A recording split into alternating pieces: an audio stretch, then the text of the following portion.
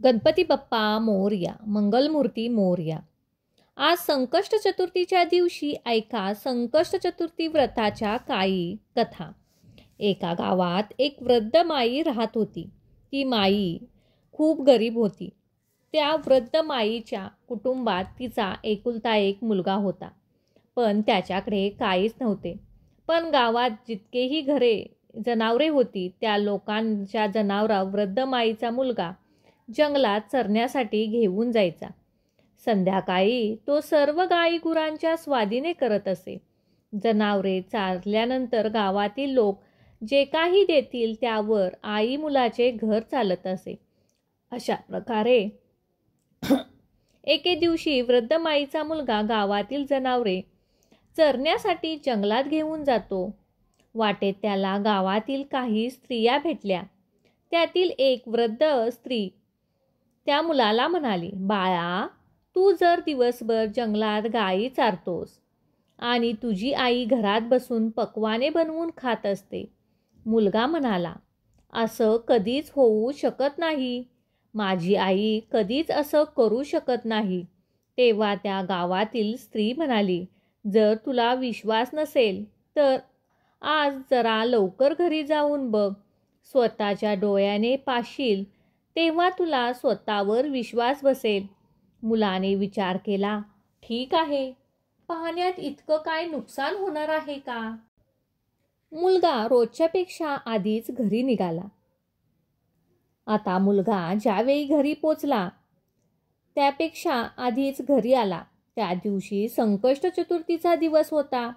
वृद्ध माईने संकष्ट चतुर्थीचे व्रत ठेवले होते आणि ती तिळकूट बनवून होती. चुलीवर कढई ठेवली होती. त्यात ती तीळ भाजत होती.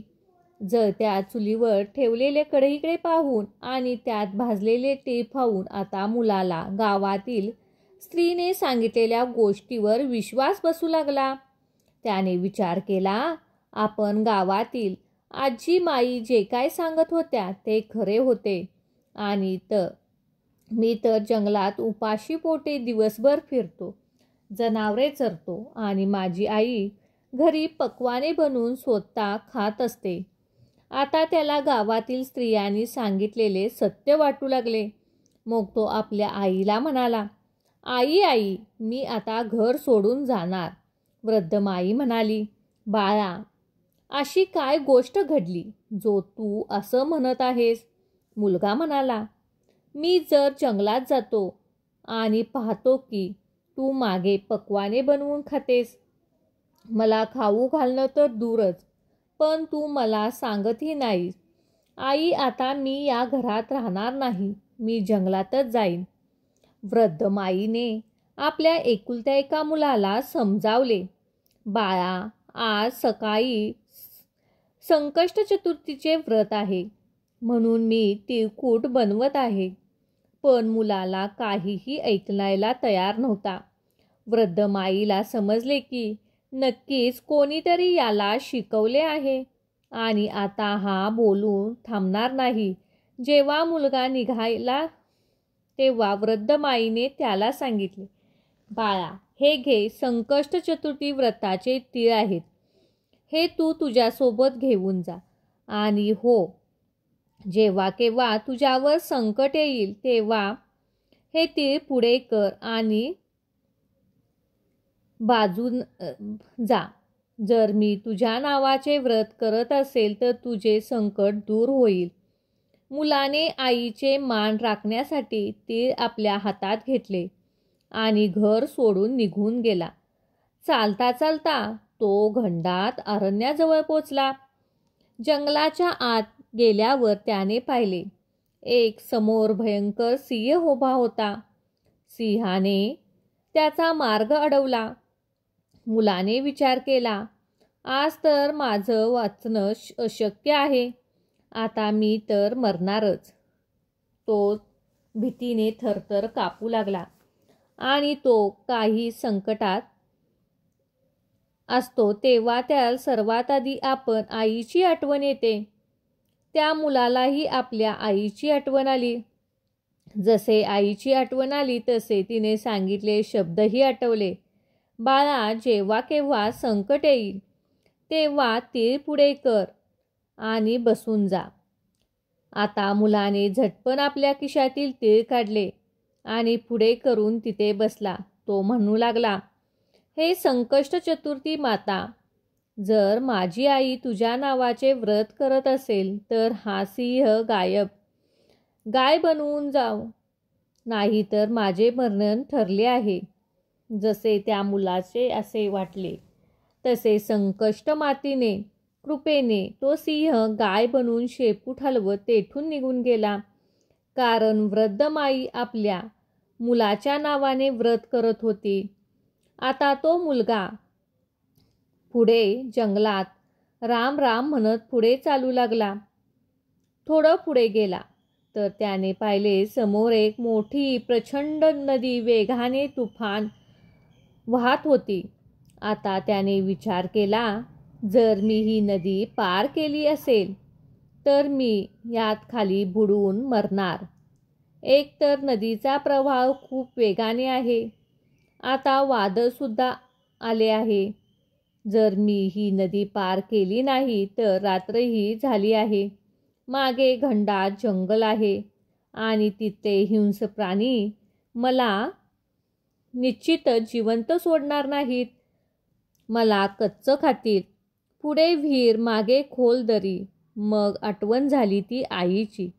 आता तो मुलगा पुन्हा तीळ पुढे करून बसला आणि म्हणाला, हे संकष्ट चतुर्थी माई, जर माझी आई तुझ्या नावाने व्रत करत असेल तर ही नदी 2 भाग विलग होऊन जाऊन दे आणि मला यातून रस्ता मिळावा, नाही तर आज माझं मरण ठरलेले आहे.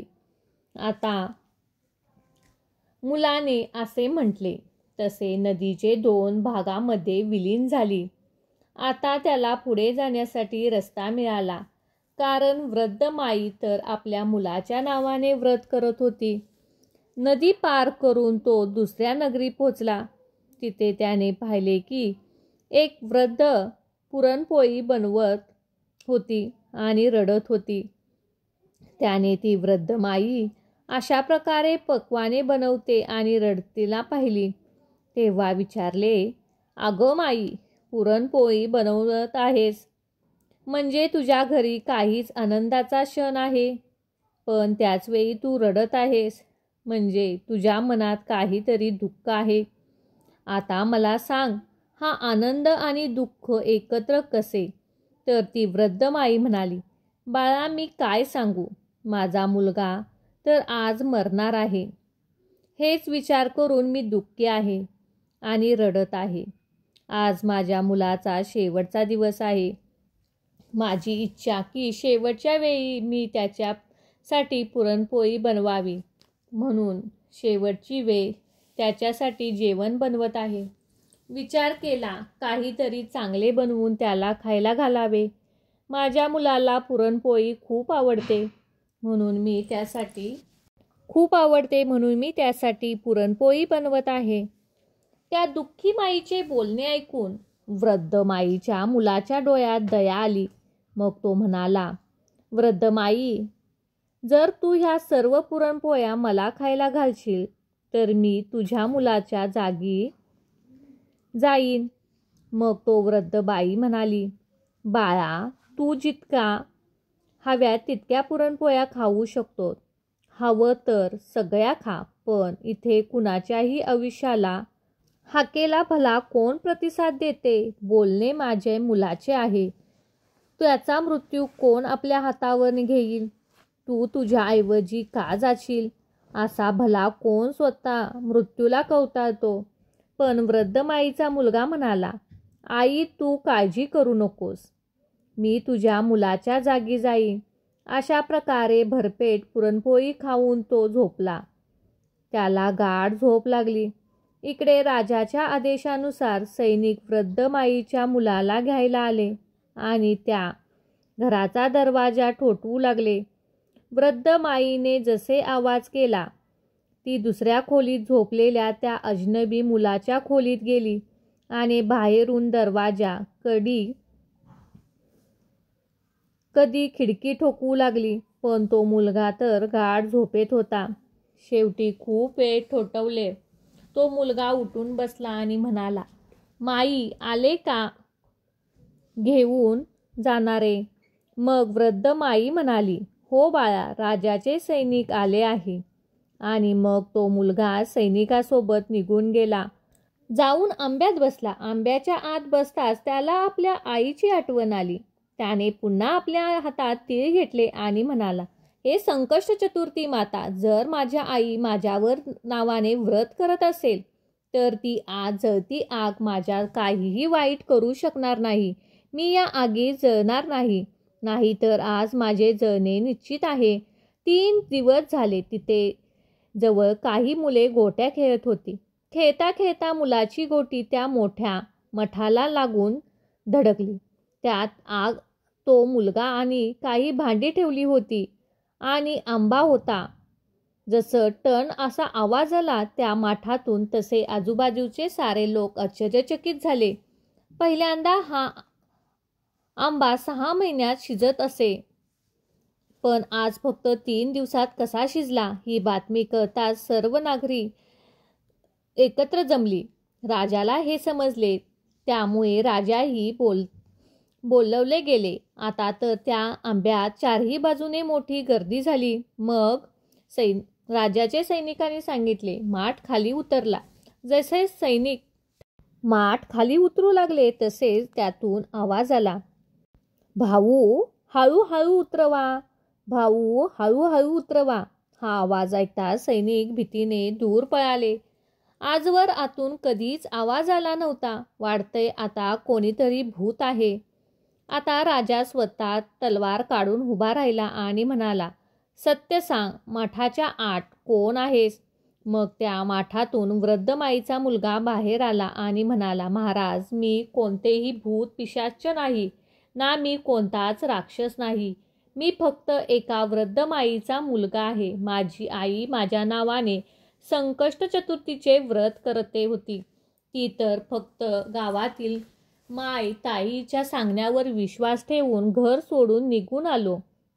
माझ्या आईने जाताना मला हे तीळ दिले होते आणि सांगितले होते की बाळा, कधी जर संकट आले तर ते दूर होईल. आता भाऊ हे बघ, मी तर या तिळाने पुढे करून कोणतेही संकटात बचावतो आणि जिथे बसतो तिथे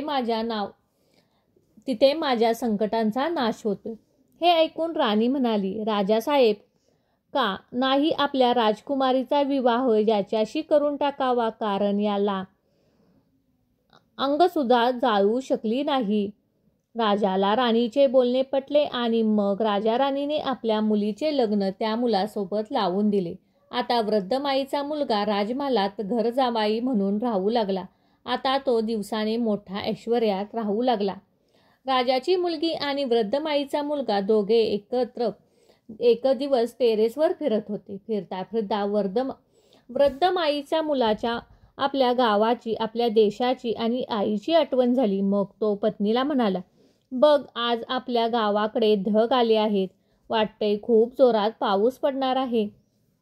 राजाची मुलगी हे ऐकून आश्चर्यचकित झाली आणि विचारू लागली, तुमचंही गाव आहे? मग वृद्ध माईचा मुलगा म्हणाला, हो, आमचंही गाव आहे. आमचंही घर आहे. माझी आई आहे. सगळं काही फक्त माझ्या आईचं आहे. राजाची मुलगी म्हणाली, तर मग आपण इथे काय करत आहोत? आपणही आपल्या घरी जाऊ वृद्ध माईचा मुलगा म्हणाला, तू तुझ्या वडिलांचा विचार, ते सांगतील तर मी तुला घेऊन जाईन. आता राजाची मुलगी महालात जाऊन आपल्या वडिलांना म्हणाली, पिताजी, तुमचे जावई राज आता त्यांच्या घरी जायची इच्छुक आहेत. राजा म्हणाला, हे तर खूपच चांगले आहे. दूरचा जावई लाखात जावई, घरचा जावई फुकाचा जावई. ठीक आहे, तुम्ही दोघेजण तुमच्या घरी जावा, कमवा, खा, तुमच्या संसाराची गोडी वाढवा. आता हेच पसंत आहे, हे समाधान आहे. आता राजा विदाईपूर्वी भरपूर हिरे, मोती, रत्ने, हत्ती, धन, घोडे घेऊन आपल्या मुलीला पाठवू लागला. मग तो दोघेही आनंदाने निघून गेले. इकडे जेव्हा वृद्ध माईचा मुलगा गावाजवळ आला तेव्हा त्याने एका सैनिकाला आपल्या घरी पाठवले आणि सांगितले, जा आणि माझ्या आईला सांग की तुझा मुलगा सून आली आहे. आता सैनिक गेला. पर तिकडे पाहिले तर वृद्ध माई रडून रडून अंध झाली होती. सैनिकाने जाऊन सांगितले, वृद्ध माई, तुमचा मुलगा आणि सून आली आहे. वृद्ध माई सैनिकांना म्हणाली, बाळा, संपूर्ण गाव माझी चेष्टा करते. आता तूही चेष्टा करायला लागलात. माझा मुलगा तर घर सोडून गेला आहे, कारण कोणाते तरी त्याचे कान भरले होते, माहिती नाही. एखाद्या वन्य प्राण्याला त्याला खाल्ले असते. तो जिवंत आहे की नाही हेही मला कळत नाही. सैनिक म्हणाले, नाही नाही माई, तुमचा मुलगा खरोखरच आला आहे आणि तो आपल्या पत्नीला घेऊन आला आहे. आता संपूर्ण गाव एकत्र जमलं की वृद्ध माईचा मुलगा आला आहे हे पण वृद्ध माईला अजूनही विश्वास बसत नव्हता. मग ती हात जोडून संकष्ट मातेला स्मरून म्हणाली, हे संकष्ट चतुर्थी माता, जर माझा मुलगा खरोखरच आला असेल तर दुधाचा ओक सरळ त्याच्या मिशावर पडेल. आता त्याच्या चामड्याची अंगी वस्त्र घालण्यात आली. जसे वृद्ध माईचा मुलगा तिच्यासमोर आला, अंगी फुटली आणि दुधाची ओक छातीवरून वाहत त्याच्या दाढी मिशावर पडला. आता संपूर्ण गावात गोंधळ माजला. वृद्ध माईचा मुलगा आला. आता संकष्ट चतुर्थी मातेच्या कृपेने वृद्ध माईच्या डोळ्यालाही प्रकाश आला. जसे मुलगा सून समोर आले त्यांना पाहून वृद्ध माई खूप आनंदी झाली. मुलगा आपल्या आईच्या पायावर कोसळला आणि म्हणू लागला, माई, मला माफ कर. मी तर ताई माईच्या शिकवणीवर आलो आणि घर सोडून निघून गेलो. तू तर माझ्या नावाने व्रत करत होतीस आणि तुझ्या दिलेल्या तिळांनी संकष्ट मातेने प्रत्येक संकटात माझे रक्षण केले. मुलगा सुनेला पाहून वृद्ध माई आपल्या जुन्या सगळ्या दुःखाला विसरली आणि मग म्हणाली, बाळा, संकष्ट चतुर्थी मातेने जर मुलं परत दिलं तर त्यासोबत व्याजही परत दिले. आता तर वृद्ध माईचे ऐश्वर्य झाले. मुलाने सून प्रेमाने आनंदाने वृद्ध माईची सेवा करू लागली. हे संकष्ट चतुर्थी माता, जशी कृपा तुम्ही वृद्ध माईवर केली तशी कृपा सगळ्यांवर करा. ही कथा सांगता सांगता आणि हुंकारा भरता भरता सर्व कुटुंबावर कृपा करा. आमच्यावरही करा. ही संकष्ट चतुर्थीची कथा आता आपण पूजाविधीही पाहूया. मी आपल्या संकष्ट चतुर्थीच्या व्रताचे पूजन कसे करायचं याचा विधी सांगणार आहे. तर सर्वप्रथम मी तुम्हाला सांगू इच्छितो, दर महिन्यात 2 संकष्ट चतुर्थी येतात. कृष्ण पक्षात संकष्ट चतुर्थीला संकष्ट चतुर्थी तिथी म्हणून, तर शुक्ल पक्षातील चतुर्थी तिथीला विनायक चतुर्थी म्हणतात. या प्रकारे प्रत्येक महिन्यात येणारी कृष्ण पक्षाची चतुर्थी म्हणजे संकष्ट चतुर्थी वर्षात 12 वेळा येते.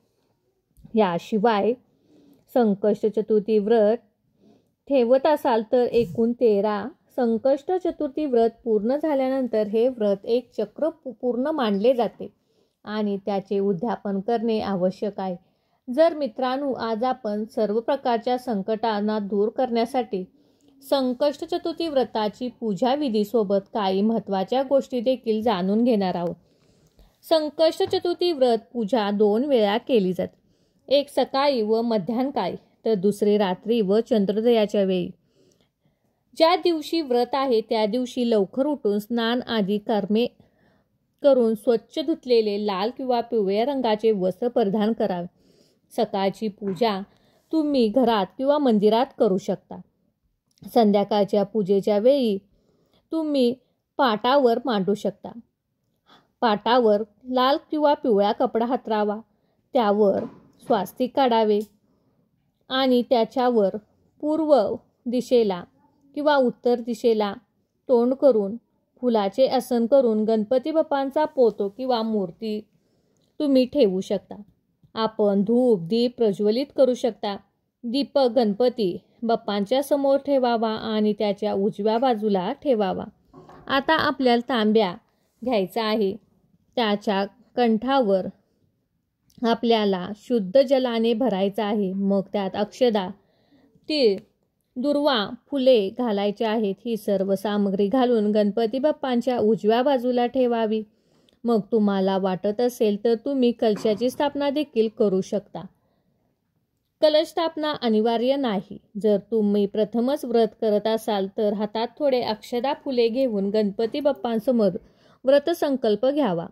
अनेक व्रत प्रकारे ठेवली जातात. निर्जरी, निरंकार, फलहार तुम्हाला जो योग्य प्रकारे करता येईल तो संकल्प करून तुम्ही गणपती बाप्पांना फुले व अक्षदा समर्पण कराव्यात. त्यानंतर गंगाजलाने व फुलाने सर्वत्र शुद्धीकरण करावे. नंतर त्यांची आरती करावी, नैवेद्य दाखवावा. जर कृष्ण पक्षातील चतुर्थी मंगळवारी आली तर तिला अंगारक चतुर्थी म्हणतात. ही 6 महिन्यातून एकदा येते आणि या दिवशी संपूर्ण वर्षभराच्या संकष्ट चतुर्थीचे पुण्य प्राप्त होते. आता लाल गुलाबाचे फूल गणपती बाप्पांना अर्पण करू शकता. लाल फूल गणपती बाप्पांना अतिशय प्रिय आहे, विशेषतः गुलाबाचे किंवा जास्वंदाचे. गणपती बाप्पांना प्रिय असणाऱ्या 21 जुड्या दुर्वा तुम्ही अर्पण करू शकतात. त्याचबरोबर लाडू किंवा मोदकाचा, तिळगुळाचा नैवेद्य म्हणून तुम्ही गणपती बाप्पांना दाखवू शकता. तसेच पंचमेवा किंवा गुळ नारळाचा भोगही तुम्ही ठेवू शकता. गणपती बाप्पांना प्रिय असणारे केळीही तुम्ही अर्पण करू शकता. अशा प्रकारे तुम्ही संकष्ट चतुर्थीचे व्रत करू शकता.